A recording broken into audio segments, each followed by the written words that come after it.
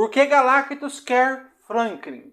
Para onde o quarteto enviou Galactus? Como Frank trouxe Sul de volta? Por que Shadowball traiu Galactus? O que Dr. Destino planeja com Franklin? O que a mensagem de Jack Kirby e o desenho animado do Quarteto Fantástico significam? Neste vídeo você vai entender detalhe por detalhe, com bastante embasamento dos quadrinhos, o final e as duas cenas pós-créditos de Quarteto Fantástico Primeiros Passos. Fala, Geeks! Por que Galactus quer Franklin Richards? Tudo começa de forma relativamente comum para os padrões do Quarteto Fantástico. A Terra, mais uma vez, está marcada para morrer. E o responsável por isso? O próprio Galactus. Mas não foi ele que escolheu a Terra de imediato. Quem fez isso foi Shadowball, a arauta cósmica de Galactus. Shadowball simplesmente aponta o planeta azul como o próximo banquete do Devorador de Mundos. Só que Galactus não demora muito para perceber que tem algo estranho com a equipe Quarteto Fantástico. Algo diferente. E aí que entra Frank Richards, ainda no ventre de Sue Storm. Quando o quarteto tenta negociar com Galactus para impedir a destruição da Terra, Galactus propõe um acordo. O acordo é o seguinte: ele poupa a Terra, mas em troca fica com o bebê de Sue Storm. Mas o que Galactus viu? Essa é a pergunta que não quer calar. Como Galactus sabe que Frank Richards era tão poderoso assim antes mesmo de nascer? A resposta está em um conceito muito usado na Marvel: sensibilidade cósmica. Galactus é um ser que transcende tempo, espaço e lógica. Ele não apenas sente padrões de energia, ele compreende potências futuras. E o que ele sentiu vindo daquele bebê não era algo comum. Era uma energia cósmica em estado bruto, tão intenso que poderia rivalizar com ele mesmo. Frank Richards, mesmo antes de nascer, estava destinado a se tornar um dos seres mais poderosos de todo o multiverso. Um mutante ômega, com a capacidade de criar universos inteiros com um estalar de dedos. E isso não é exagero. Como Galactus precisa de energia vital de mundos para sobreviver, Frank Richards seria, para Galactus, um reator cósmico ambulante. Um ser com energia inesgotável. O alimento vivo, crescendo, evoluindo, talvez até um aliado, se fosse moldado desde cedo. As origens de Galactus e a fome sem fim. Para muita gente, Galactus é só mais um vilão colossal da Marvel. Um titã espacial que destrói planetas como se estivesse almoçando numa terça-feira qualquer. Mas Galactus é mais do que isso. Ele não é exatamente um vilão. Ele é uma força da natureza. Uma entidade cósmica com papel no equilíbrio do universo. E o mais interessante, ele já foi humano. Nos quadrinhos, Galactus era um homem chamado Galan, originário do universo anterior ao nosso. Isso mesmo, um universo que existia antes do Big Bang. Galan vivia no planeta Ta, um mundo incrivelmente avançado, tecnologicamente e filosoficamente. Só que esse universo estava em colapso. A morte do cosmos era inevitável. E foi no fim de tudo, quando todo o universo estava entrando em colapso, que Galan embarcou numa nave em direção ao núcleo da destruição, aceitando o seu destino. Mas ele não morreu. Pelo contrário, ele renasceu. No instante que um novo universo nasceu, Galan foi fundido com a essência do cosmos. Ele emergiu como Galactus, um ser cósmico de poder inimaginável, com uma fome que nunca acaba. A fome de Galactus é o ponto central da sua existência. Não é vontade, não é prazer, é necessidade. Galactus precisa consumir a energia vital dos planetas para sobreviver. E quanto mais avançado ou cheio de vida for o planeta, mais poderoso ele fica. A origem dessa fome era, por muito tempo, um mistério. Mas, com o tempo, os quadrinhos começaram a tratá-la como uma maldição cósmica. Uma maldição que veio junto com o nascimento do novo universo. Algo que obriga a manter o equilíbrio entre criação e destruição. O universo cria, Galactus destrói. E assim tudo permanece em equilíbrio. Só que, No CM, Galactus ganhou um toque diferente. Na realidade alternativa da Terra 828, Galactus não surgiu do fim do universo anterior, pelo menos não da mesma forma. Aqui ele era um homem comum, humanoide, tamanho normal, mas algo aconteceu, ele foi amaldiçoado, com uma fome insaciável, uma maldição que obrigou a consumir mundos. Um ser humano transformado em monstro, ou talvez em um instrumento de forças maiores. E a parte mais curiosa, essa fome pode ser passada adiante. Sim, no CM, a fome cósmica que define Galactus pode ser transferida, como se fosse um fardo que circula pelo multiverso. O poder cósmico de Franklin Richards. Antes de tudo, vamos contextualizar. Frank é filho de Sue Storm e Reed Richards. Só por isso ele já nasceu com DNA absurdamente especial. Mas o que ninguém esperava é que ele se tornaria um mutante nível ômega, com a capacidade de dobrar a realidade ao seu bel prazer. Para você ter uma ideia, ele já criou universos inteiros enquanto ainda era criança. Sabe aquele tipo de personagem que os roteiristas guardam na manga quando querem mexer nas regras da existência? Esse é o Franklin. Agora vamos entender o que significa ter o poder cósmico. Essa energia mística e quase divina é o que Galactus concede aos seus arautos, como o surfista prateado. Com ela, eles se tornam praticamente deuses, manipulam matéria, controlam energia, viajam pelo espaço sem nave. Um verdadeiro upgrade universal. Mas no caso de Franklin, ele já nasceu com esse poder, ou seja, ele não recebeu de ninguém. É como se o universo tivesse presenteado com um cheat code cósmico. E isso muda tudo. Agora chegamos ao ponto central, Galactus. Ele precisa consumir planetas para sobreviver. Não por maldade, mas porque isso faz parte de sua natureza. Só que essa fome é uma maldição. Galactus não quer ser assim. Ele já tentou mudar, já lutou contra isso, mas sempre volta a ser devorador de mundos. Então surge Frank Richards, um ser com tanto poder que, teoricamente, poderia não só criar energia suficiente para alimentar Galactus, como também curá-lo dessa necessidade insaciável.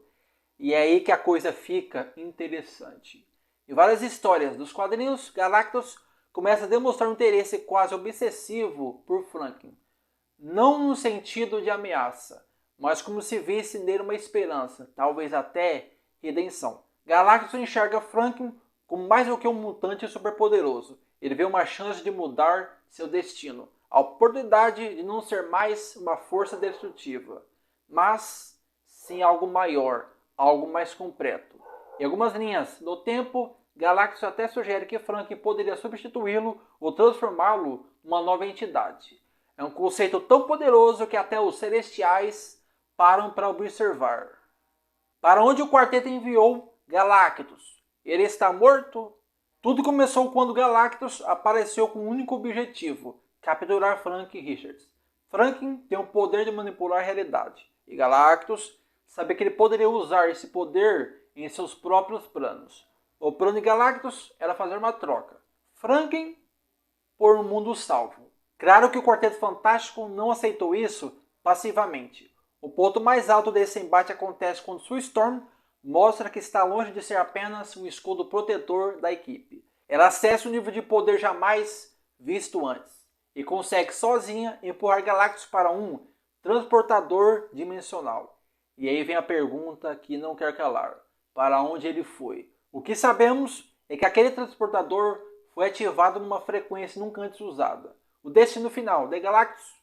Desconhecido.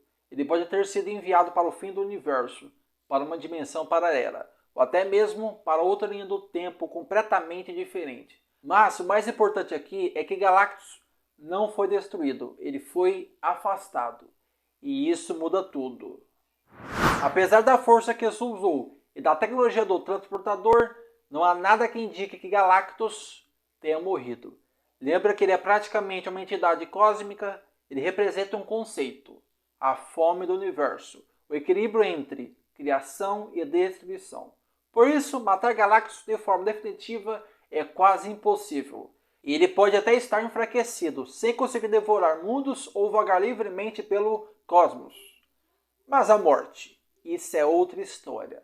Mais provável é que ele esteja vagando por uma dimensão estranha, talvez um estado de hibernação, ou aprisionado, se recuperando lentamente, esperando a próxima oportunidade. Por que Sue Storm morreu? Como Franklin a trouxe de volta? Desde o momento em que Sue Storm engravidou, Reed Richards já desconfiava que havia algo de diferente. Ele vasculhou cada centímetro da gravidez com exames, leituras genéticas e varreduras de energia. E adivinha? Nada. Nenhum sinal de que o bebê era algo além de humano. Mas é aí que está o detalhe. Não encontrar nada era justamente o sinal de que algo estava muito errado, ou muito além da compreensão humana. Frank Richards nasceu aparentemente normal, um garoto como qualquer outro, mas isso era só fachada.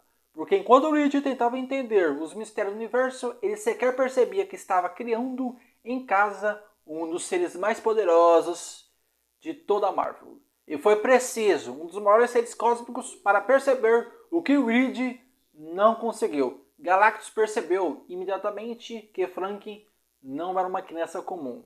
Assim que colocou os olhos no garoto, ele sentiu. O poder cósmico estava ali, pulsando, oculto sob uma aparência inocente. Galactus chegou a sugerir que Franklin estava, na verdade, escondendo a extensão de seus poderes, até mesmo dos próprios pais. E por quê? Simples. Porque o menino tinha consciência do que ele era. Ele sabia que, se revelasse seu poder total, poderia ser temido, isolado, estudado ou até mesmo destruído. Mesmo assim, Reed Richards insistia, fazia testes, questionava, provocava situações, tentando encontrar qualquer sinal de habilidades fora do comum. E durante muito tempo, Franklin se manteve como uma criança comum, até que a tragédia bateu à porta da família Richards. Na luta contra Galactus, Sue Storm precisou ultrapassar os limites de seus poderes para proteger aqueles que amava. Foi um ato heróico, desesperado e fatal.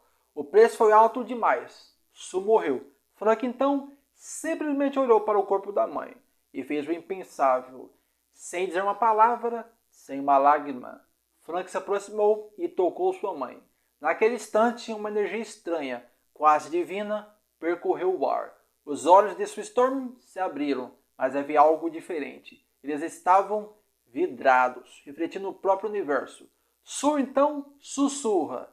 Ele é muito mais do que nós. Nesse momento, não havia mais como negar. Frank Richards não era só um mutante. Não era só um ser poderoso. Ele era um deus em forma de criança. Nos quadrinhos, Frank Richards é considerado um dos personagens mais poderosos já criados pela Marvel. Estamos falando de um garoto que cria universos inteiros com o poder da mente. Altera as leis da física e da realidade como se estivesse brincando com massinha. Controla o tempo, a matéria e até mesmo a vida e a morte. Mas insano, ele esconde tudo isso. Por quê? Porque ele tem medo de como o mundo reagiria se soubesse a verdade. Por que Shara-Bal traiu Galactus e o que acontece com ela agora? Shara-Bal fez um pacto desesperado com Galactus para salvar seu mundo natal. Em troca de sobrevivência de seu planeta, ela se ofereceu para servir Galactus, se tornando seu arauto. Uma barganha que parecia justa, mas que viria a cobrar um preço altíssimo. Ao longo de sua jornada cósmica, Shara-Bal presenciou destruições indescritíveis. A cada planeta que localizava, bilhões de vidas eram perdidas, civilizações inteiras varridas da existência. Com o tempo, a culpa se tornou insuportável. Embora seus poderes fossem imensos, a consciência pesava ainda mais. Mas tudo começa a mudar quando ela cruza o caminho do Quarteto Fantástico. Após Johnny encontrar Shara-Bal, ele começa a decifrar a linguagem de Shara-Bal. E é aí que tudo muda. Johnny descobre seu passado trágico, sua dor, sua motivação, e percebe que, por trás daquela figura cósmica e poderosa, existia uma alma torturada tentando fazer a coisa certa. Ela não era má, estava presa. Quando o quarteto não consegue empurrar Galactus através do transportador dimensional, surge a faísca da esperança. Shalla-Bal. No momento decisivo, Shalla-Bal decide virar as costas para Galactus. Em vez de ajudar a consumir mais o mundo, ela se une aos heróis da Terra. E essa traição foi um golpe pesado para o Devorador de Mundos. Ela não apenas se recusou a cumprir sua missão, ela se rebelou contra a entidade cósmica mais temida do universo. Um ato de coragem, um grito de liberdade, mas também um gesto que terá consequências gravíssimas. Porém, há algumas possibilidades para o futuro de Shalla-Bal. Ela pode conseguir voar para longe, fora do alcance de Galactus. Mas, assim como Galactus já fez no filme, ela pode ser torturada por sua rebeldia. Se isso acontecer, Galactus pode usar Shalla-Bal como transporte para escapar de onde estejam. Primeira cena pós-créditos. Doutor Destino. Os minutos finais nos pegou de surpresa com uma revelação de peso. Um salto temporal de 4 anos revela Frank Richards criança. O ponto alto dessa cena é a aparição de Victor Von Doom, o temido Doutor Destino. O detalhe que faz arrepiar qualquer fã é o gesto. Destino segura sua máscara em uma mão, enquanto encara diretamente o pequeno Franklin, como se já soubesse exatamente o que aquela criança representa. Vale lembrar que esse filme do quarteto se passa em uma realidade alternativa, mas isso não impede que essa história esteja caminhando direto para um encontro inevitável com os heróis que já conhecemos. A presença de Destino nessa cena é simbólica e perturbadora. Ele não entra de forma educada ou pacífica, ele simplesmente surge. Isso já nos mostra que ele domina a tecnologia ou a magia necessária para invadir qualquer lugar. E se ele escolheu aparecer justamente naquele momento, 4 anos depois, é porque está esperando algo, ou melhor, alguém. Agora vamos ao ponto mais importante. Por que Destino está interessado em Franklin? Nos quadrinhos, Frank Richards é um dos seres mais poderosos do universo Marvel. Estamos falando de um mutante nível ômega, com habilidades que incluem a criação de universos inteiros. Isso mesmo, ele é capaz de mudar a realidade com a mente. E o Doutor Destino? Ele sempre teve uma obsessão com poder, especialmente com o tipo de poder que desafia até mesmo os deuses. Então faz todo sentido que ele esteja de olho em Franklin. Não por curiosidade, mas por interesse. Ele pode querer manipular, controlar ou até transformar Franklin em uma arma. Uma possibilidade é que, como Destino usou o homem molecular para criar uma dimensão no mundo bélico nos quadrinhos, Frank pode desempenhar essa função. Outro detalhe crucial dessa cena é a reação de Sue Storm. Quando ela vê Destino, seu rosto se transforma. Ela não esperava por isso.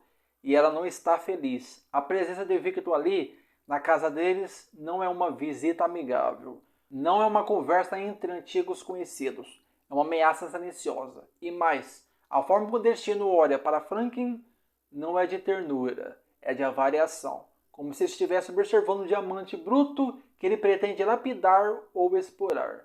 Essa tensão diz muito sobre o que vem por aí.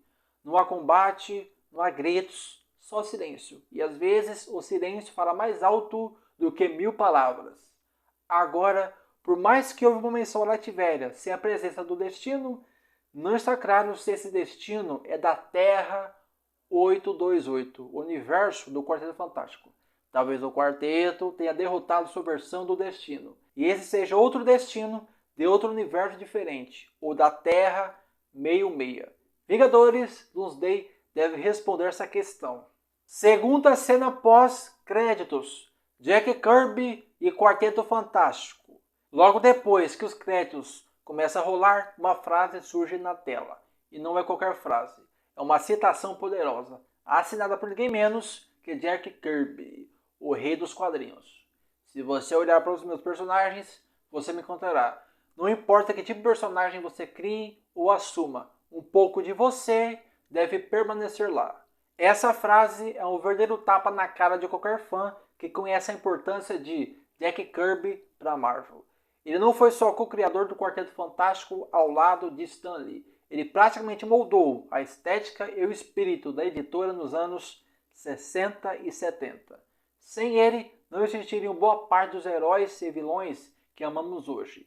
E repare, o filme faz questão de exibir também 2 datas. O aniversário de nascimento de Kirby, 28 de agosto de 1917 e a data de sua morte, 6 de fevereiro de 1994. Esses detalhes não estão ali à toa. A homenagem vai além da frase. Se você prestou atenção, o universo onde a história do filme se passa foi designado como Terra 828. E adivinha, esse número é uma referência direta à data de nascimento de Jack Kirby, 28/8. Coincidência? Nem um pouco. A Marvel Studios pegou esse pequeno detalhe e usou como forma de eternizar Kirby dentro do próprio multiverso. Logo depois da citação de Jack Kirby, vem a cereja do bolo. Uma cena pós-créditos bem peculiar. A tela mostra uma TV no edifício Baxter, sede do Quarteto Fantástico, exibindo um desenho animado da própria equipe. E aí começa a brincadeira com nossos fãs. O desenho animado tem aquele estilo clássico de sábado de manhã, um visual retrô, imitando direto aos anos 60, época em que o Quarteto Fantástico brilhava nos quadrinhos. É um aceno direto ao estilo que Kirby desenhava. Dá até aquele calorzinho no coração dos fãs mais antigos. E o melhor, o episódio exibido na TV faz referência a vários elementos da história do grupo. Tem o famoso bordão do Coisa, tá na hora do pau. E mais do que isso, vários vilões aparecem rapidamente nas animações, como easter eggs. Mesmo sendo difícil identificar de primeira, alguns rostos familiares surgem nos traços. Gárgula, Draconos e até mesmo Sentinela, aqueles gigantes das histórias dos X-Men que caçam mutantes. O estilo da cena é muito mais do que uma homenagem nostálgica. Ela resume toda a proposta estética e narrativa de Quarteto Fantástico Primeiros Passos, que claramente quis resgatar a essência do grupo nos quadrinhos clássicos, lá nos anos 60. A animação final serve como uma assinatura, um lembrete. Isso aqui é a verdadeira alma do quarteto. É uma despedida estilosa e emotiva que diz muito mais do que parece à primeira vista. E mesmo não sendo uma cena que revela um grande gancho para o futuro, ela cumpre um papel muito importante: honrar o passado para valorizar o futuro. Agora comenta, se você tivesse no lugar da Sul, toparia o acordo de Galactus? O que você achou do filme? Comente e se inscreva ativando o sininho. Aqui você ficará mais por dentro de todo o universo da Marvel. Muito obrigado. Até a próxima. Fui!